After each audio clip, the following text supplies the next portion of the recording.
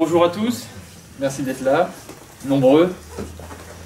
Bon, première réunion après le deuxième tour des présidentielles. Donc, belle campagne à tous ceux qui ont milité, qui ont collé, qui ont tracté, qui ont voté, quand même aussi un petit peu important.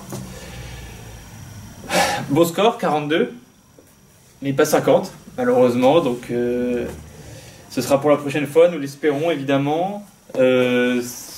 Maintenant, cap sur les législatives, parce que c'est ce qui compte, c'est ce qu'il faut pour faire barrage à Emmanuel Macron, parce qu'il est toujours temps. Pas avec les Insoumis, même s'il l'aimerait bien.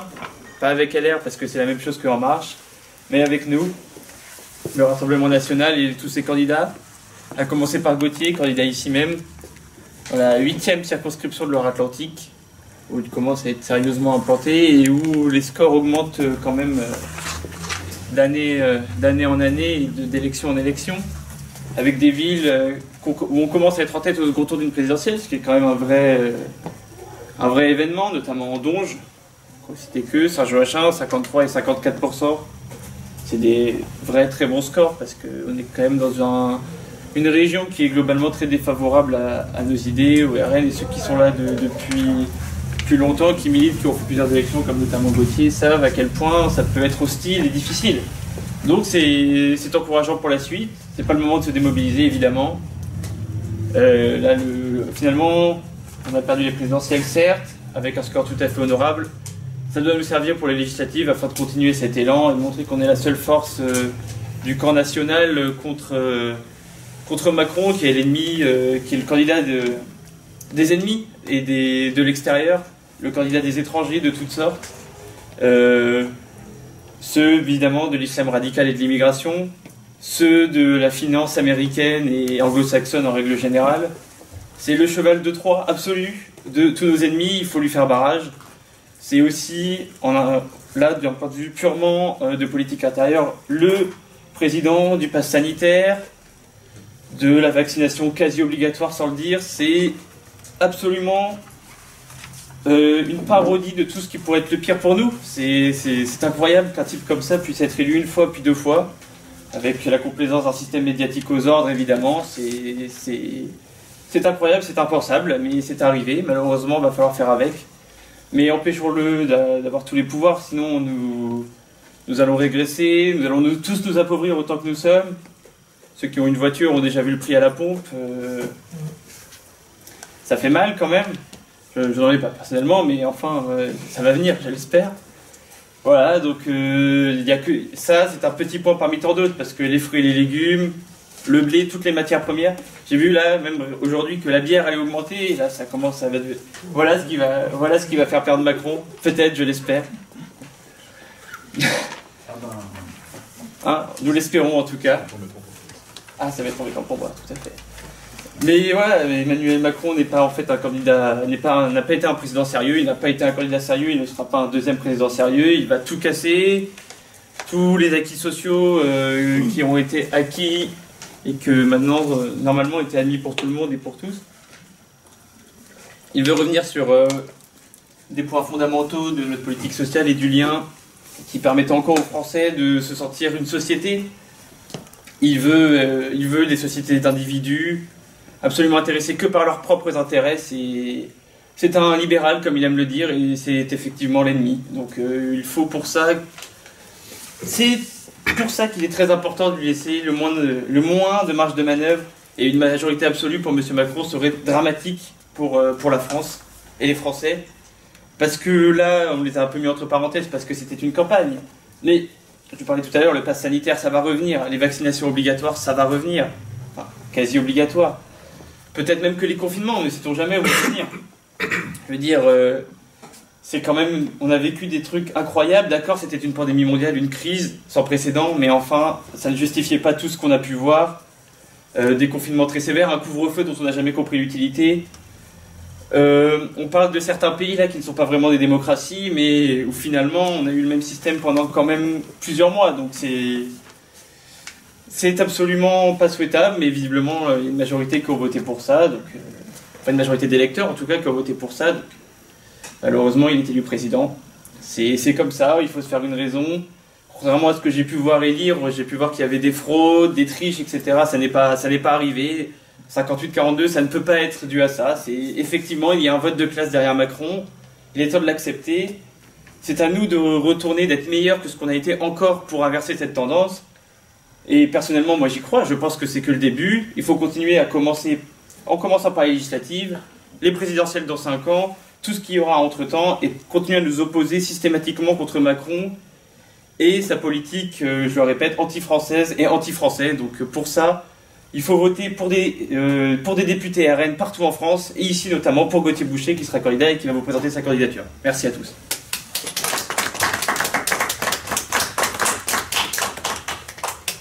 Merci Titouan pour ta fidélité et ce discours de mobilisation. Titouan fait comme ça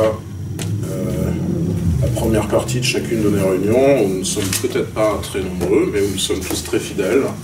Et nous avons, au final, que nous soyons une dizaine, une vingtaine, comme nous étions à Nantes l'autre jour, une quinzaine, comme nous sommes ici habituellement dans les réunions de section que nous faisons, que nous soyons ce chiffre-là ou un autre chiffre, à la fin, cela fait, effectivement, alors tu n'as pas cité ce chiffre, je le cite à ta place, mais 42%, 13 millions de voix que nous n'avons jamais eu dans notre histoire, dans l'histoire de notre mouvement.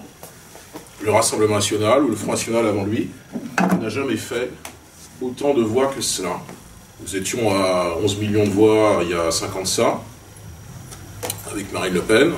Il y a 10 ans, on avait fait 6 400 000 voix.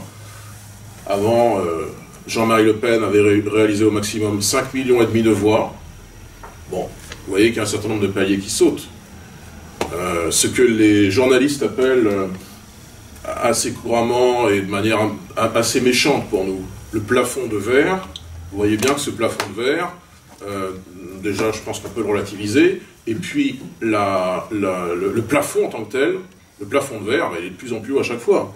Alors si le plafond de verre c'est de ne pas arriver au pouvoir parce qu'on fait 34 hier, enfin 18 il y a 10 ans, 34 il y a 5 ans, presque 42% aujourd'hui, bon, on voit que le plafond de verre il est de plus en plus haut, et un jour, ça sera effectivement, il n'y aura plus de plafond parce que ce sera 50,01. Et comme l'a souligné Titouan, dans certaines communes de la Loire-Atlantique et dans certaines communes de notre circonscription, pour la première fois, nous arrivons en tête aux 2 tours. Dans une commune comme Trignac, par exemple, nous faisons 30% des voix au premier tour, à peu près 48% au second tour.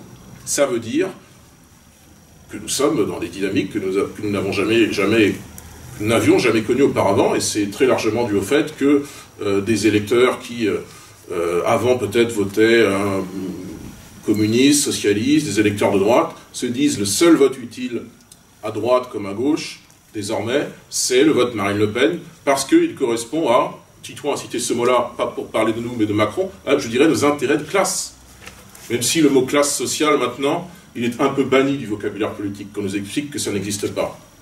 Et je pense que les catégories populaires, et une grande partie maintenant des classes moyennes de ces villes, de Trignac, de villes comme Donge, que tu as cité, où nous faisons à 54% au second tour, de villes comme Saint-Joachim, Montoire de Bretagne, une grande partie des catégories populaires, des classes moyennes de ces villes-là, ne se satisfont pas de la politique de M. Macron, qui a été, ces 5 dernières années, systématiquement contre leurs intérêts à eux. Parce que la politique de M. Macron, notamment pour les classes moyennes, on savait déjà qu'il martyrisait les classes populaires, ça c'était entendu. Les classes populaires ne votaient pas pour Macron, elles ont massivement voté Le Pen depuis plusieurs élections. Plus d'un tiers des ouvriers, par exemple, votaient Le Pen en 2017. Mais les classes moyennes, c'est un petit peu nouveau. Et les classes moyennes ont pu se dire de bonne foi, il y a 5 ans, que Macron allait dans le sens de leurs intérêts. Et au final, qu'a fait Macron pour les classes moyennes? Le renchérissement du coût de la vie. Lorsqu'ils vivaient dans les métropoles, le renchérissement des loyers, donc ils ont dû quitter les métropoles. Ici, Saint-Nazaire n'est pas une métropole, mais c'est une grande ville. Ils quittent Saint-Nazaire pour aller à Trignac, et ils y retrouvent l'insécurité qu'ils pensaient avoir quittée. C'est le renchérissement du coût de l'énergie, c'est tout un tas de problèmes dans l'accès à la propriété, c'est tout un tas de difficultés que les classes moyennes n'avaient pas forcément, et qu'ils ont de plus en plus avec Macron, parce que Macron n'est que le président d'une petite fraction du corps électoral français. C'est le président des plus aisés, des plus urbains, de ceux qui sont le mieux insérés dans la mondialisation, parce qu'il est le président des mondialistes, quand nous sommes le président d'une vision, je dirais, localiste de l'économie, localiste de produire, recycler, consommer au plus près. Et puis nous sommes bien sûr éminemment... Bonjour Anastasia. Nous sommes bien sûr éminemment localistes pour tout ce qui est de notre politique migratoire, puisque là nous voulons que les gens... Bonjour Jean-Pierre. Nous voulons que les gens vivent et travaillent chez eux et qu'ils ne se baladent pas d'un bout à l'autre de la planète. Là, nous sommes éminemment localistes. Monsieur Macron est le président des mondialistes. Il l'a prouvé ces 5 dernières années. Il le prouvera certainement les 5 prochaines, parce qu'il n'y a aucune raison qu'il change sa politique. Je pense bien au contraire que, comme c'est son dernier mandat, normalement, je vois Jean-Pierre qui peut-être qu'il va douiller un petit peu la Constitution. Je ne pense pas quand même. Mais comme c'est son dernier mandat, je pense qu'il va être un peu désinhibé, qu'il va se dire c'est bon, là je peux être en roue libre. Tout ce que je n'ai pas osé faire peut-être, notamment sur les retraites, au dernier mandat, et on va y aller, on va aller à la retraite à 65 ans et peut-être plus, et d'autres dérégulations de cet état social qui nous est si cher que Macron mettra en place dans ces 5 prochaines années. Moi, je pense qu'il sera beaucoup plus désinhibé et que sa députée locale, Madame Dufeu, sera d'autant plus, comme elle est très suiviste, cette dame-là, qu'elle doit tout à Monsieur Macron, qu'elle n'existe que par Monsieur Macron, qu'elle n'existait pas avant Monsieur Macron, elle accompagnera cette politique de Monsieur Macron, qui est une politique que nous qualifions pour ce qu'elle est, c'est-à-dire de néolibérale, libéral au sens classique, mais néolibéral, c'est-à-dire vraiment dans les derniers retranchements du libéralisme, sur la vision des services publics, sur la vision sur la vision de l'égalité, sur la vision des questions sociales. Monsieur Macron est un néolibéral, et sa candidate ici présente, même si elle se présente comme quelqu'un de bienveillant, de gentil, même si elle est, semble-t-il, attentive à nos aînés, et qu'elle aurait une expérience dans le domaine de la santé, dans le domaine médical, bon, et bien selon nous, elle ne sera pas moins méchante que Monsieur Macron, même si la forme peut-être laisse entendre autre chose.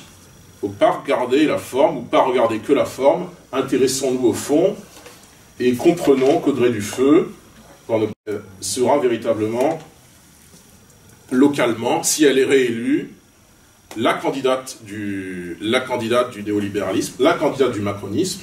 Lorsque Madame Dufeu dit dans son tract, que vous avez tous reçu, je pense, dans votre boîte aux lettres, que vous allez recevoir dans quelques jours. Et ce ne sont pas des militants qui sont allés le tracter, ce tract. Hein. C'était quelque chose qui est publié-posté. Je ne suis pas sûr qu'il y ait beaucoup de militants chez En Marche. Donc c'est la Poste qui, avec vos impôts, est en train de distribuer ce tract.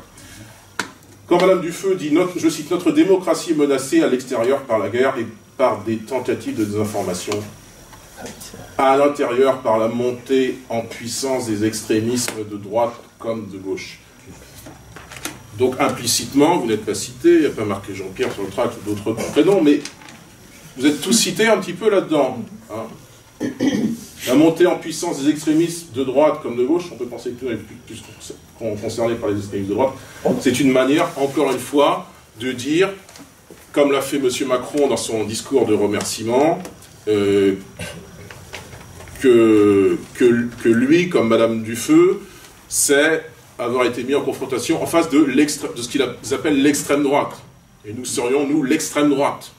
Le Rassemblement national, Marine Le Pen, moi localement, un petit tour aussi sans doute, serait d'extrême droite selon ces gens-là. Bon. Au bout du bout de la droite, et extrémistes dans leur manière de faire de la politique. Nous disons simplement que nous sommes des nationaux, que nous sommes des patriotes, que ces gens-là sont autre chose, qu'ils sont encore une fois des mondialistes, qu'ils sont des adversaires, ennemis, je ne sais pas, mais on peut se demander si ce ne sont pas non seulement des adversaires au sens de gens à qui nous sommes opposés, mais des ennemis, c'est-à-dire des gens qui sont en tout point, dont la vision est en tout point contraire à ce que nous pensons, dont la vision est en tout point contraire aux intérêts de la France. Nous sommes des patriotes, nous sommes des nationaux, et nous ne sommes pas d'extrême droite, même si nous le disons une fois pour toutes, nous le répétons régulièrement. On ne va pas passer tout notre temps à parler de ça, mais quand même, lorsqu'on est implicitement nommé dans un tract comme militant, partisan d'extrême droite, il est bon, je pense, de rétablir la vérité. Et dans ce tract, Madame Dufeu ne dit pas grand-chose, finalement. Il n'y a pas vraiment de projet pour notre circonscription. Il n'y a pas vraiment de choses pour Saint-Nazaire, pour Montoire, pour Donge, Trignac, Sannes, Saint-Lô-de-Garsac, Prinquio et les autres communes. C'est plus de l'autosatisfaction, mais il y a beaucoup de banalités, beaucoup de lieux communs. Et à part dire que nous sommes d'extrême droite, elle ne dit pas grand-chose finalement. Alors je dis, moi qui ne suis pas d'extrême droite, que cette dame-là doit être battue, quelle que soit la jolie photo, qu'il ne faut pas s'arrêter à la photo, mais qu'il faut regarder le fond des choses, et dire que cette dame est la candidate du macronisme au sens plein du terme, et est une députée macroniste, et nous l'espérons, ne sera pas une future députée macroniste, au sens plein du terme, parce qu'elle approuve tout du programme d'Emmanuel Macron. Et Titouan a cité le pass vaccinal, pass sanitaire devenu pass vaccinal. Elle a voté comme tous les autres, comme les 300 autres, le pass vaccinal qui, depuis plusieurs mois, réduit nos libertés. Ce pass vaccinal qui, pour ceux qui ne souhaitent pas se faire vacciner, et c'est leur liberté, ont considérablement réduit leur liberté. Ils ne peuvent plus faire ce qu'ils veulent, ils ne peuvent plus aller dans un restaurant, plus aller dans un musée, plus aller dans un théâtre. Madame Dufeu a voté pour cela. Et dans cette campagne législative, je pense que je serai le seul candidat, d'ailleurs, on verra quand il y aura toutes les candidatures, mais je pense que je serai le seul candidat qui, lorsqu'il y a eu le mouvement contre le pass, qui n'était pas encore pass vaccinal, le pass sanitaire l'été dernier, est allé dans les manifestations, à Saint-Nazaire, à Guérande aussi. J'ai fait 4, 5, 6 manifestations, où j'ai manifesté sans carte de parti, sans dire... Voilà, je n'y allais pas pour faire de la politique, j'y allais simplement en tant que citoyen, avec quelques-uns d'entre vous, avec Titouan, avec Jean-Pierre, avec quelques autres, pour dire mon opposition, notre opposition à ce pass, qui était le pass sanitaire à l'époque, qui est une chose qui, normalement, dans une démocratie bien comprise, devrait être anticonstitutionnelle, contraire à la Constitution. Eh bien, Macron, qui n'a peur de rien, l'a rendu... on a fait de fait quelque chose de constitutionnel et n'a pas hésité non seulement à faire ce pass sanitaire, je me trompe toujours dans l'ordre, c'est d'abord le pass sanitaire, je crois, ensuite en faire un pass vaccinal et jusqu'au bout du cynisme, à le prolonger ensuite, puis à le retirer un mois avant les élections, rappelez-vous. Rappelez-vous que le 14 mars, il n'y a plus besoin de passe sanitaire, plus d'un passe vaccinal. Ça ne veut pas dire qu'on ne vous le remettra pas. C'est une suspension provisoire. Bon, nous ne voulons pas de suspension provisoire. Nous voulons l'abrogation de cette saloperie qu'est le passe vaccinal. Et si Marine Le Pen avait été élue présidente de la République dimanche dernier, le passe vaccinal serait en ce moment, il y aurait en ce moment, en tout cas dans les jours qui viennent, des fonctionnaires de l'État qui seraient en train de faire un texte qui annule les dispositions du pass vaccinal, et d'ici quelques jours, ce pass vaccinal aurait été mis là où il aurait dû être, dans les oubliettes de l'histoire. Bon. Eh bien, j'ai peur qu'avec Macron, on nous remette le pass vaccinal d'ici quelques jours, d'ici quelques semaines, après les législatives, bien sûr, et que durant les vacances, nous aurons le pass vaccinal. Eh bien, nous disons ni pass vaccinal, ni pass sanitaire. Nous rappelons que les députés du Rassemblement national, ces derniers mois, ont voté contre les dispositions du pass sanitaire et vaccinal. Ce que vous pouvez lire parfois sur les réseaux sociaux n'est souvent pas très objectif. Nos députés ont voté à plusieurs reprises contre les dispositions, contre le pass vaccinal et le pass sanitaire. Les macronistes, dont Madame Dufeu, les 300 macronistes, comme le dit Titouan, ont voté pour. Il n'y a pas eu d'abstention. Et nos amis, entre guillemets, les républicains de la droite, eux, à la rigueur, les macronistes sont honnêtes intellectuellement, ils sont pour le pass vaccinal, bon, c'est leur droit. Ça n'est pas notre vision, mais oui, ils font ce qu'ils disent, ils font ce qu'ils pensent. Ils sont honnêtement malhonnêtes. Ils sont honnêtement malhonnêtes, c'est ça. Comme le dit Tito, ils sont honnêtes dans leur malhonnêteté. Les républicains ont été plus subtils, puisque la centaine de députés républicains s'est séparée en 3 morceaux de gâteau, et il y a un morceau qui a dit on vote pour le pass sanitaire, on y va, allez, franco, on réduit les libertés publiques, on fonce. Et il y a un tiers quand même qui s'est dit oh là là, c'est peut-être pas une bonne idée de valider ce pass sanitaire, on va voter contre. Je ne sais pas ce qu'a dit M. Ciotti là-dedans, mais j'ai peur qu'il ne se soit pas... qu'il votait pour, en réalité. Il a voté pour. Voilà, contrairement à certaines déclarations un peu viriles sur le pass sanitaire de M. Ciotti. On disait qu'il était proche du RN. Et puis, il y a un autre tiers qui s'est dit ni oui ni non, on va s'abstenir. Voilà. Vous avez 3 visions de 3 comportements à l'Assemblée nationale. Les macronistes, bon, eh bien, ils votent comme un seul homme le texte qu'ils ont décidé, ce texte honteux, qui est ce texte du pass vaccinal. Donc 300 d'un coup qui votent avec le Radio Modem pour le pass sanitaire, pour le pass vaccinal. J'allais dire c'est grâce. Non, c'est à cause d'eux que vous aviez il y a quelques semaines et que vous aurez, n'en doutez pas après législative, le pass vaccinal. C'est grâce à Audrey Dufeu et ses amis. Inversement, le Rassemblement national, on n'est pas nombreux, on est 8, mais on s'est toujours mobilisé contre le pass vaccinal et vous n'avez pas chez nous d'abstention ou de oui peut-être ou de oui non. Ça a été vote contre. Et puis les républicains illustrent un peu ce que la politique a de plus détestable, la politique parlementaire a de plus détestable, ce que nous voulons changer, c'est-à-dire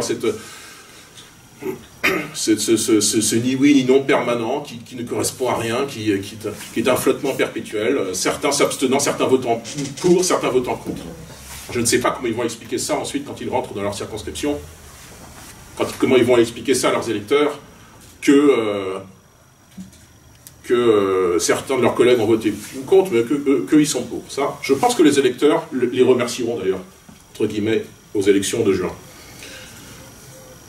Et que si nous faisons bien notre travail, je ne crois pas, et ce serait mentir, de vous dire qu'on puisse être demain si nombreux à l'Assemblée nationale qu'on puisse enclencher une situation de cohabitation. Avoir ces 280 députés qui nous permettraient d'avoir le poids de décider que si Marine Le Pen n'est pas présidente de la République, elle sera demain Premier ministre. Je ne crois pas que ce soit possible, ce serait une forme de mensonge, une forme de démagogie de vous dire ça. Mais je suis relativement confiant sur le fait que le premier groupe d'opposition dans l'Assemblée nationale future ne sera plus celui des Républicains qui, sur une question comme le pass vaccinal, c'est si lamentablement illustré, mais que nous pouvons, avec quelques alliés, avec M. Dupont-Aignan sans doute, avec M. Lassalle peut-être, et s'il le souhaite, et pourquoi pas des députés de M. Zemmour s'il arrive à en avoir, ce qui n'est pas du tout certain, nous pourrons plus que faire un groupe, mais avoir sans doute le premier groupe d'opposition à l'Assemblée nationale. Avoir quelques dizaines de députés, je ne vais pas dire de chiffre précis, parce que si je dis un chiffre et qu'on est à la moitié, on sera tous collectivement déçus. Ne jouons pas au jeu des chiffres, mais enfin, il me semble extrêmement probable que nous ayons un groupe parlementaire, donc davantage de possibilités d'influencer les débats, d'influer sur les débats. Il me semble relativement probable que nous soyons les premiers, parce que ça ne sera pas France Insoumise, les premiers, ça ne sera pas le Parti Socialiste, qui part avec 40 députés. Je pense que ça ne sera plus les Républicains. Les Républicains gardent une assise, parce qu'ils ont des mairies, des conseils départementaux, des conseils régionaux. Et ils sont en perte de vitesse quand même, et je pense que nous pourrons, avec quelques dizaines de députés, être demain le premier groupe à l'Assemblée nationale, le premier groupe d'opposition, et donc les premiers opposants au macronisme par conséquent. Et enfin, ce que vous dit Jean-Luc Mélenchon, dont nous ne connaissons pas le candidat ici localement, mais je parlerai de lui dans quelques minutes. Que nous dit Jean-Luc Mélenchon? Ce candidat qui se plaint d'élection en élection, qu'il faut quasiment rejouer le premier tour, parce que c'est pas normal, il manque 600 000 voix, et puis 400 000 maintenant. Bah, oui, il suffit de le faire. C'est pas gentil. C'est pas gentil, selon lui, qu'il manque un coup 600 000, un coup 420 000 voix. Il suffit que dans chaque bureau, il y ait 10 voix en plus, et puis qu'il y ait 10 voix en moins de l'autre côté. Enfin, bon, ça n'est pas notre problème s'il n'y a pas eu assez, je ne sais pas, de militantisme, ou si tout simplement les Français le prennent pour ce qu'il est, c'est-à-dire le fer de lance d'une gauche radicale, plus ou moins marxisante, plus ou moins, je pense plutôt plus que moins d'ailleurs, islamo-gauchiste, disons le mot, c'est-à-dire à la fois gauchiste et complaisante vis-à-vis de l'islam, et notamment de l'islam politique. Ça n'est pas de notre faute si M. Mélenchon est comme ça. Il n'a pas à s'en dédouaner il n'a pas à être larmoyant, à s'en plaindre auprès du peuple souverain qui a décidé à 8,1 millions de dire oui à Marine Le Pen et à 7 millions et quelques de dire oui à Jean-Luc Mélenchon. Ça n'est pas à nous de payer les manques de sa campagne. Et donc, ça n'est pas à M. Mélenchon de dire tous les 5 ans qu'il manque quelques centaines de milliers de voix. Mais il n'est pas plus honnête de sa part de dire que, à ses électeurs, qui sont un peu les nôtres dans le second tour tout de même, il n'est pas honnête de sa part de dire à ses électeurs qu'ils peuvent faire de lui un Premier ministre en lui donnant 280 députés. Parce que tout le monde sait que ça n'arrivera pas.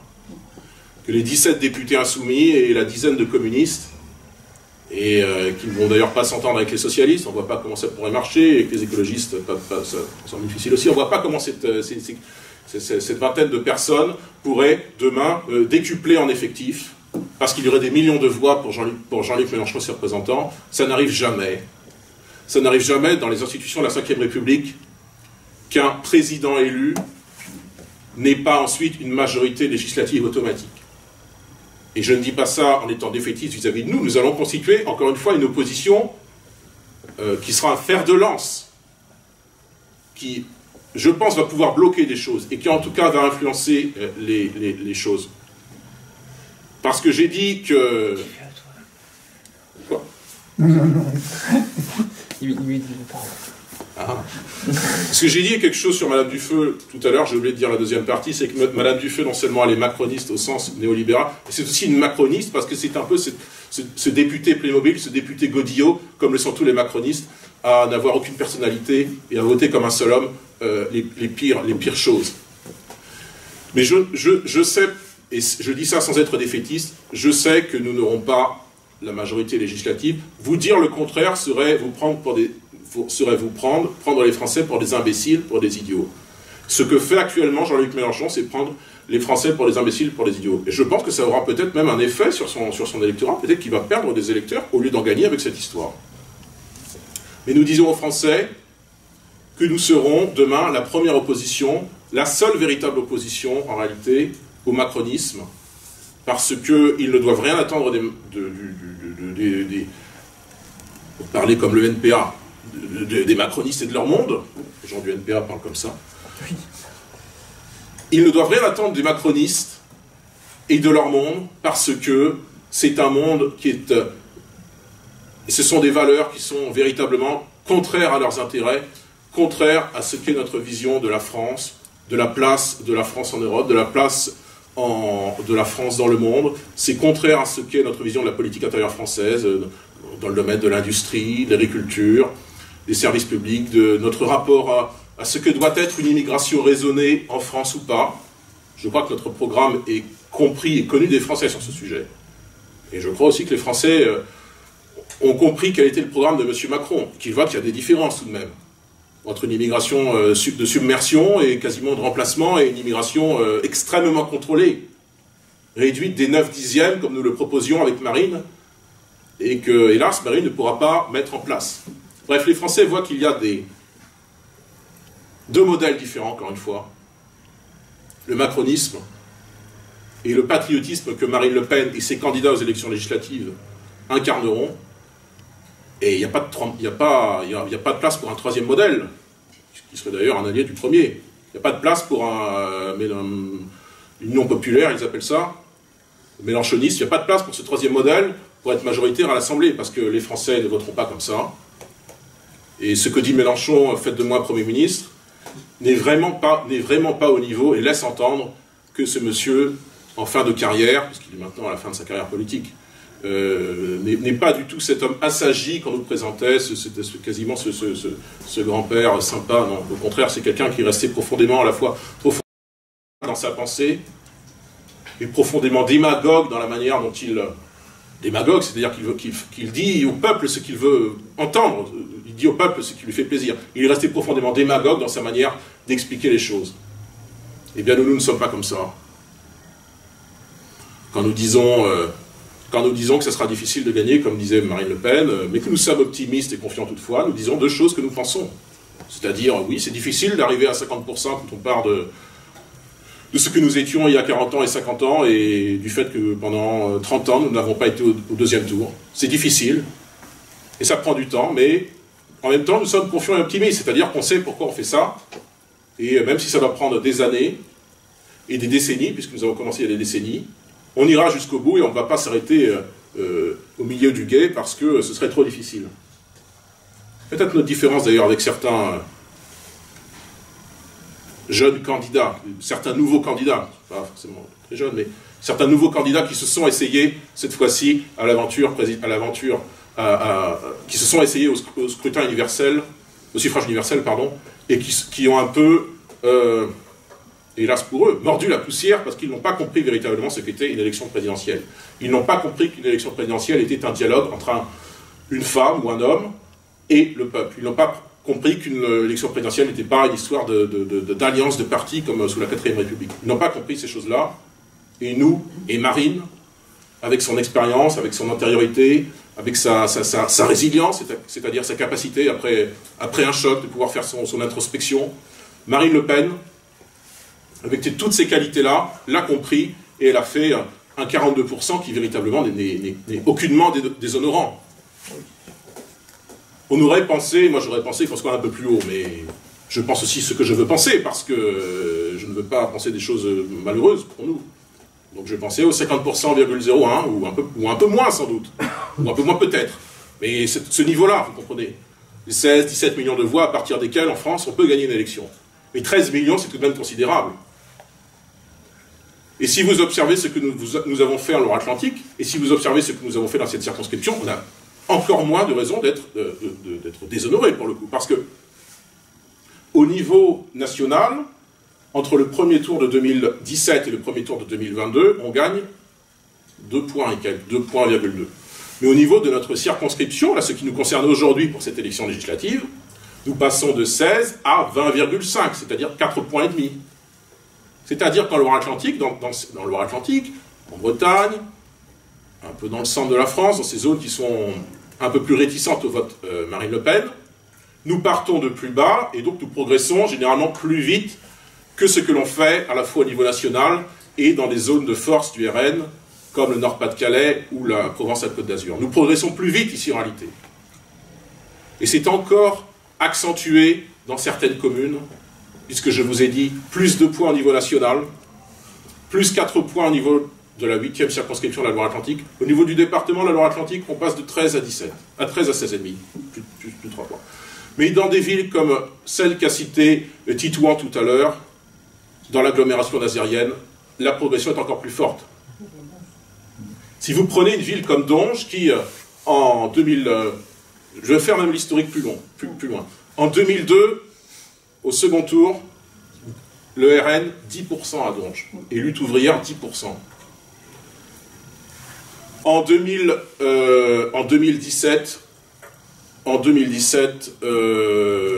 premier tour à 24%, je crois, et second tour, je me rappelle, à 39%. En 2022, premier tour à 33%, second tour à plus de 54%, 54,2% des voix à Donge. Autant d'électeurs à Donge au second tour, même 2 fois plus d'électeurs, hein, comparaison n'est pas raison, mais il y a eu 2 fois plus d'électeurs à Donge en ce second tour qu'il n'y a eu d'électeurs pour ma municipale il y a 2 ans à Saint-Nazaire. 2000 contre 1100 à peu près. 54% des voix à Donge,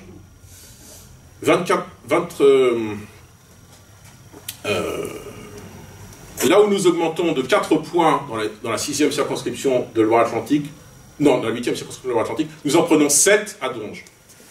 plus 2 points national, plus 3 points à Loire-Atlantique, plus 4 points à la circonscription, plus 7 points à Donge, plus 5 points et demi à Montoire, plus 6 points dans une ville comme Trignac, et plus 6 points à Saint-Joachim. Ça montre que ça progresse plus vite ici qu'ailleurs, et que quand les journalistes et un certain nombre d'experts politiques soit ne parlent pas de nous dans leurs journaux, parce que si vous lisez un journal comme l'Écho de la Presqu'île, on a l'impression que c'est un monde où Marine Le Pen n'existe pas. Hein. Vous lisez l'Écho de la Presqu'île, le lundi après une élection, les réactions locales, ah oui, la réaction de Madame Dufeu, d'accord. La réaction du représentant de la France Insoumise, la réaction du représentant de Madame Pécresse, bon, d'accord. Et puis, ben voilà, c'est un monde sans RN, l'Écho de la Presqu'île. C'est un monde magique sans RN. Bon. Mais lorsque l'on entend soit les réactions d'un certain nombre de journalistes locaux indiquant qu'on est faible, soit la non-réaction qui est le fait de ne pas nous mentionner dans leurs articles, de faire comme si on n'existait pas, on a vraiment l'impression que tout ce qu'on fait n'est pour rien, ne sert à rien. Que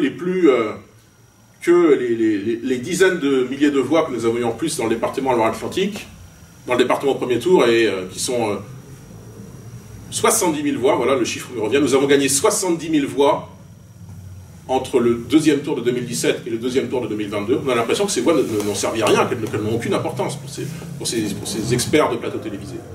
Eh bien, nous disons que non, et qu'il s'agit des premières pierres de ce qui sera construit là, les 12 et 19 juin, avec cette élection législative, et ensuite en nous implantant d'autant plus dans ces territoires.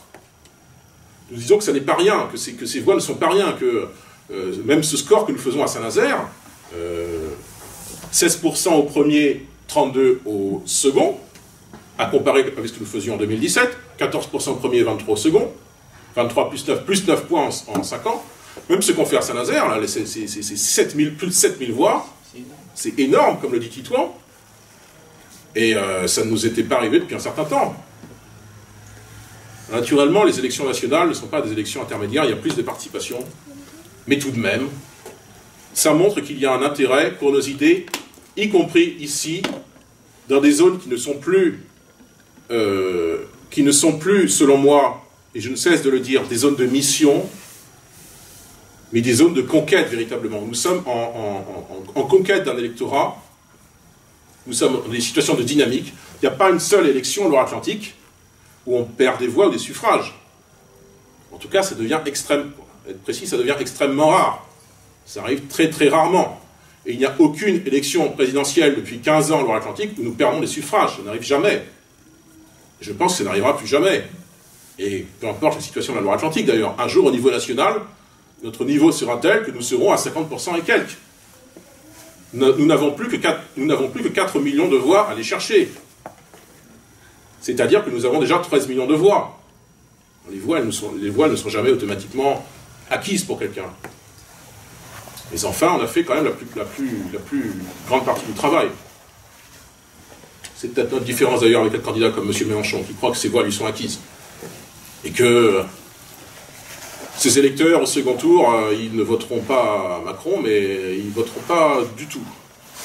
Hein? Alors bien sûr, la plupart des électeurs de M. Mélenchon n'ont pas voté Marine Le Pen, c'est pas ce que je suis en train de dire. Mais, à peu près 17% d'entre eux, normalement, ont voté pour Marine Le Pen, contre les consignes de leur chef. Même 7% d'un candidat comme M. Jadot, qui vraiment n'a rien à voir avec nous, mais qui est vraiment... je me demande si c'est un Macron en pire ou en légèrement moins bien, mais c'est vraiment... La nuance est fine. Hein. M. Jadot n'est jamais qu'un macroniste vert. Et bien même... Recyclé. Recyclé, comme le dit Titouan. Recyclé. Et bien même un macroniste recyclé, ou en devenir peut-être, parce que je pense qu'il cherche un poste. Comme M. Jadot, 7% de ses électeurs ne l'ont pas écouté et ont voté pour Marine Le Pen. Il fait 5%, alors c'est pas très important. C'est moins important. Je ne dis pas que les électeurs ne sont pas importants. Je retire mon propos. Mais 7% d'entre eux ont voté pour Marine Le Pen. 17% des électeurs de M. Mélenchon, donc des centaines de milliers de personnes en France, n'ont pas écouté les consignes de leur chef et se sont portés vers le suffrage Marine Le Pen. Sans doute parce qu'ils savent ce qu'est le programme de Marine Le Pen sur les retraites ce qu'est le programme de M. Macron sur les retraites. Ils savent ce qu'est le programme de M. Macron vis-à-vis des services publics et ce qu'est notre programme. Si Marine Le Pen était présidente depuis 5 ans, la poste de Donge ne serait pas fermée chaque lundi avec réduction d'horaire à la clé, 12 heures en moins de service par semaine, comme elle l'est depuis 1 an. Et les retraités, un certain nombre de publics qui ont besoin de ces services publics au quotidien, qui ne peuvent pas se contenter de la République numérique de M. Macron, le fait de tout faire par télé, par démarche Internet. Bref, un certain nombre de publics pourraient aller du lundi au samedi dans leur bureau de poste, sans se questionner de savoir si la poste est ouverte, parce que ici, comme dans d'autres villes, en SNIP par exemple, eh bien, les postes ne deviendraient pas des agences communales, comment ça s'appelle, des agences relais. Les postes resteraient des postes. Les gares ferroviaires resteraient des gares ferroviaires, avec des fonctionnaires derrière des guichets qui vendent des billets, ou des machines qui vendent des billets. On n'aurait plus simplement des haltes ferroviaires, comme nous avons cette situation un peu ici. Je me rappelle de l'exemple de Couéron, mais si vous allez dans certains territoires de Maine-et-Loire, et plus encore en Mayenne, ce que je dis là, c'est quasiment généralisé. De moins en moins de postes, de moins en moins de couverture d'un réseau ferroviaire de plus en plus mince. Et demain, la promesse de la privatisation du réseau ferroviaire régional, qui nous concerne en tant qu'élus au conseil régional. Chaque séance, on travaille sur cette question. Ça, c'est Macron qui l'a soit décidé, soit accentué. Si Marine Le Pen est au pouvoir depuis 5 ans, il n'y aurait pas ces choses-là. Je ne dis pas que tout serait étatisé, ce n'est pas du tout le sens de mon propos. Mais enfin, ce qui est essentiel resterait essentiel. Si à Saint-Nazaire, nous avons des difficultés pour avoir, même à Saint-Nazaire, hein, je ne parle pas de la campagne, si à Saint-Nazaire, nous avons des difficultés parfois pour avoir un spécialiste, pour avoir un généraliste, c'est un petit peu de la faute à M. Macron. Alors, M. Macron n'a pas créé cette situation, mais il l'a accentuée en laissant tout à volo. Si nous manquons d'effectifs de police nationale à Saint-Nazaire, c'est de la faute à M. Macron et à M. Darmanin, son ministre de l'Intérieur. Parce que rien n'a été fait pour augmenter correctement les effectifs de police nationale à Saint-Nazaire. Et je dis pour compléter, même si ça ne concerne pas l'enjeu législatif, que si nous n'avons pas assez d'effectifs de police municipale en plus, c'est de la faute du petit Macron local qui s'appelle David Samzin, qui est un petit Macron local, qui vote Macron à chaque tour d'élection maintenant. Il est formellement socialiste, mais dès le premier tour, il vote pour M. Macron. Et lorsqu'il nous promet doublement des effectifs de police municipale, il ne tient pas sa promesse.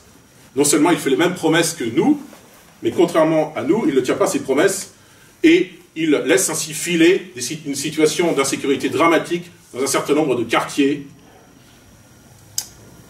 à la Bouletterie, à Chênay, à Préséga, il y a un certain nombre de quartiers, ou même dans le centre-ville. M. Samzin laisse filer des situations d'insécurité avec le développement du trafic de drogue. Alors M. Samzin et M. Macron ne sont pas formellement responsables du trafic de shit pas loin de la mairie de Saint-Nazaire. Ce n'est pas la nature de mon propos. Mais par capillarité, ils ont tout de même une part de responsabilité. Parce que par les politiques qu'ils ont décidées, localement vis-à-vis de la police municipale et nationalement vis-à-vis de la police nationale, ils ont une part de responsabilité. S'il y avait plus de policiers, comme M. Macron aurait eu la liberté de le faire depuis 5 ans, eh bien, il y aurait moins d'insécurité à Saint-Nazaire, et à Saint-Nazaire et partout en France.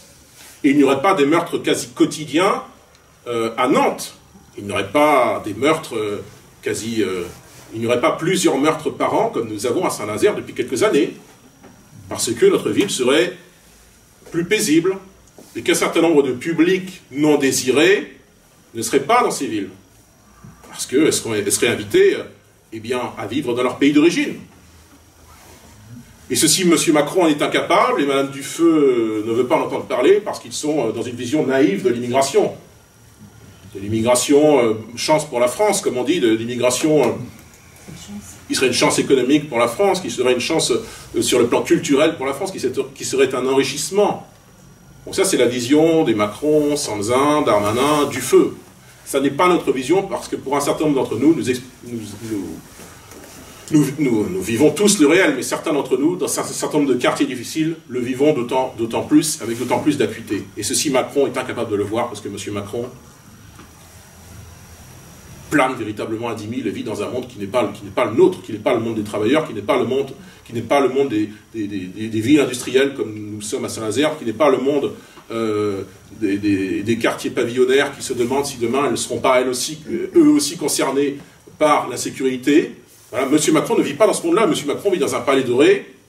C'est normal qu'il vive à l'Élysée, mais il n'est pas normal qu'il n'ait, pour seule expérience de la France, qu'il n'ait comme seul contact avec les Français que celui des gens qui viennent le visiter dans son palais.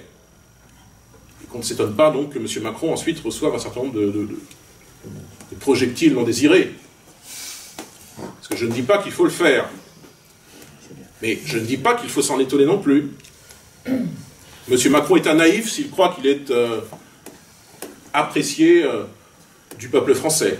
M. Macron est un naïf s'il pense que 58% des Français le désirent, ont souhaité son élection. Déjà, ça n'est pas 58% des Français, c'est 58% du corps électoral. Alors, on pourrait dire, pour être parfaitement honnête, que nous, c'est encore moins, mais nous venons de plus loin, nous n'avons pas dirigé le pays pendant 5 ans. Ce n'est pas 58% des Français qui ont choisi M. Macron. C'est 58% d'un corps électoral désormais presque majoritairement abstentionniste. Et l'abstention, elle dit beaucoup également. 28% d'abstention, et sur le reste, 58% pour M. Macron. Mais là-dedans, il y a beaucoup hélas encore, de gens qui ont eu peur, à tort selon nous, de ce que serait une France dirigée par Marine Le Pen. C'est pour ça que M. Macron passe de 27 à 58, mais il n'y a pas de 58% de Français en France qui se réveillent le matin en disant qu'ils sont des macronistes, que leur monde rêvé est un monde macroniste, que les valeurs du macronisme sont leurs valeurs. Tout au plus, je pense qu'il y a 23% de Français, 27%, pardon, qui, sincèrement,